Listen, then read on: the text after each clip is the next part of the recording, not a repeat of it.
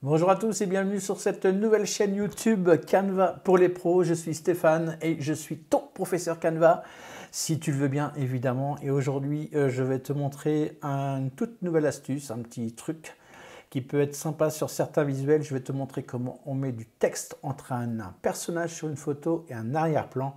Tout ça sans ne pas utiliser Photoshop, uniquement avec Canva. Je te montre tout de suite ce que ça donne. On va partir de ça, tu vois, ça ici. Voilà, c'est une simple photo et je rajoute du texte, tac, ici entre les deux, entre l'arrière-plan, tu vois bien, entre l'arrière-plan et le personnage, il y a le texte qui se glisse entre les deux.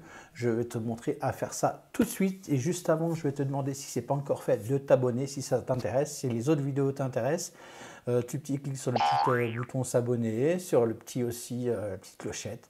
Et puis tu peux venir me rejoindre sur Instagram, sur Canva pour les pros, @Canva pour les pros. Tu vas me retrouver sur Instagram. Voilà, on est parti.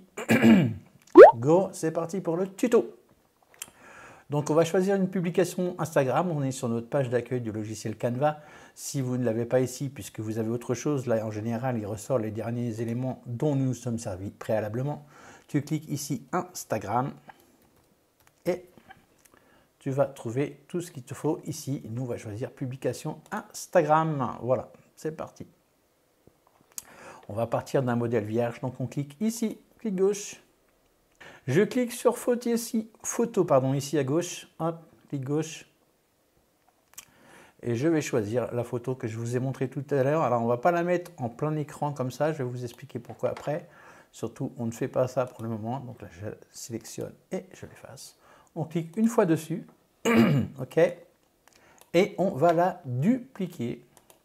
Alors ceux qui ont vu la vidéo sur comment sortir un personnage d'un cadre, ils vont tout de suite peut-être commencer à comprendre comment ça va se passer. Si vous n'avez pas vu la vidéo, je vous conseille de cliquer au-dessus, très intéressante vidéo. Donc là, j'ai dupliqué ma photo, surtout on ne touche pas, on n'agrandit rien, on fait juste uniquement des dupliqués pour l'instant. Et on va utiliser notre effet magique, l'effet outil de suppression d'arrière-plan. On va sélectionner cette photo-ci et on clique ici, voilà, pour enlever tout l'extérieur. Évidemment, ce sera uniquement disponible sur Canva Pro. Si vous n'avez pas Canva Pro, bien je suis désolé, ça ne marchera pas pour vous. Voilà. Donc ça, c'est toujours, c'est uniquement pour les pros, c'est pour Canva Pro, quoi, tu vois. Donc ça se détourne, ça met un petit peu de temps. Non, voilà, ça fait assez vite. Voilà, une fois que c'est fait, on va superposer nos deux photos, comme ceci. Alors, je l'ai pris avec un clic gauche et je fais glisser, ok? Voilà, mes deux photos sont superposées.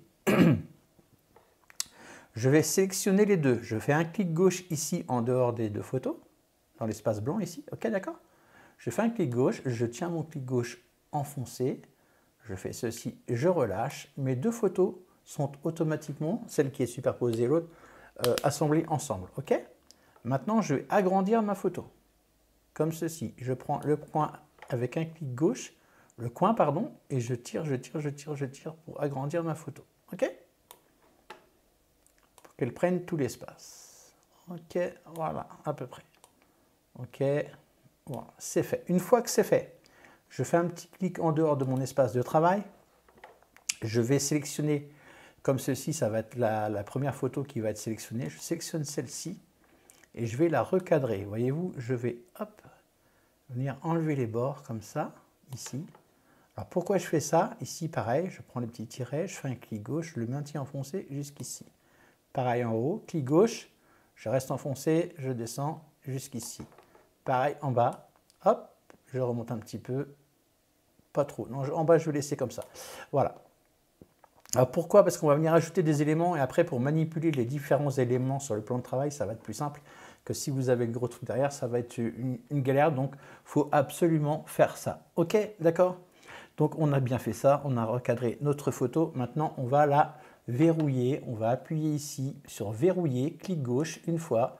Voilà, ce qui fait qu'on ne va plus pouvoir déplacer cette photo et faire des bêtises. Ok? D'accord, c'est verrouillé. Ensuite, on va aller dans éléments, je clique gauche ici. Et je vais chercher Hello. Bah, vous l'avez vu, il est déjà là, mais bon, parce que j'ai déjà fait tout à l'heure ce petit tutoriel. Hop! Donc, je fais une petite recherche Hello. Alors, je vais choisir celui-ci, mais vous en avez d'autres. Vous pouvez choisir absolument ce que vous voulez. des éléments qui bougent, même ça fonctionne. Moi, je vais prendre celui-ci pour l'exemple. Voilà. Il arrive ici. Je vais l'agrandir. Vous voyez que pour l'instant, il est sur le dessus. OK. Je vais le remonter un petit peu plus haut, comme ceci. Après, c'est vous qui voyez ce que vous voulez faire, suivant la photo, le design que vous voulez faire. Et maintenant, je vais cliquer sur position en haut à gauche. Hop là. Et je vais mettre mon texte en arrière. Et ce qui fait que, voilà, les mains vont par-dessus mon texte. Bravo, merci, applaudissements. Voilà, donc, après, vous pouvez le redéplacer, le redimensionner, comme vous voulez, comme bon vous chante. Voilà, vous avez votre dessin. Alors évidemment, on aurait pu faire ça avec n'importe quoi comme dessin. Je vais prendre un autre élément. Je vais prendre Wave par exemple. Hop, hop. Je vais rajouter un petit élément en bas, juste pour vous montrer comme ça, histoire de... je vais choisir dans les éléments. Alors c'est vrai que je sélectionne toujours, je l'ai dit dans mes vidéos en anglais, mais parce que j'ai beaucoup plus de choix que si j'avais cliqué sur vague par exemple. Tiens, je vais prendre celui-ci. Il est gris. Alors je vais cliquer ici pour changer la couleur. Et vous voyez qu'ici, il me met les couleurs du document. La couleur jaune qui est ici. Alors je parle de ces palettes-là dans la vidéo, les palettes de couleurs. Pareil, je vous mets le petit truc qui s'affiche en haut. Si vous n'avez pas été la voir, je vous conseille d'aller la voir. Il y a des petites astuces à savoir. Donc je vais cliquer sur le petit jaune ici, hop, pour avoir la même couleur que mon texte là-haut. Et je vais descendre ici, je vais le mettre dans le coin. Voilà, comme ça. Voilà. Et si je le mets en arrière, je clique gauche sur position, je clique sur arrière. Yo! Merci pour vos applaudissements. C'est chiant parce que je mets des applaudissements, mais après au montage, je galère. Hein, je vous le dis, je galère à mettre tout ça. Je vais arrêter les bêtises. Donc après, vous pouvez redimensionner comme vous voulez. Voilà, à votre convenance. Maintenant, il va rester derrière. Vous voyez, tout se glisse entre les deux. Et ça fait un super effet. Si tu t'es pas abonné, hein, lâche un pouce et un abonnement, une clochette et tous les boutons. Faut que ça fuse. La chaîne est toute nouvelle. Donc j'espère vous proposer encore du contenu comme ça, des petites astuces, des petites vidéos sympas encore longtemps.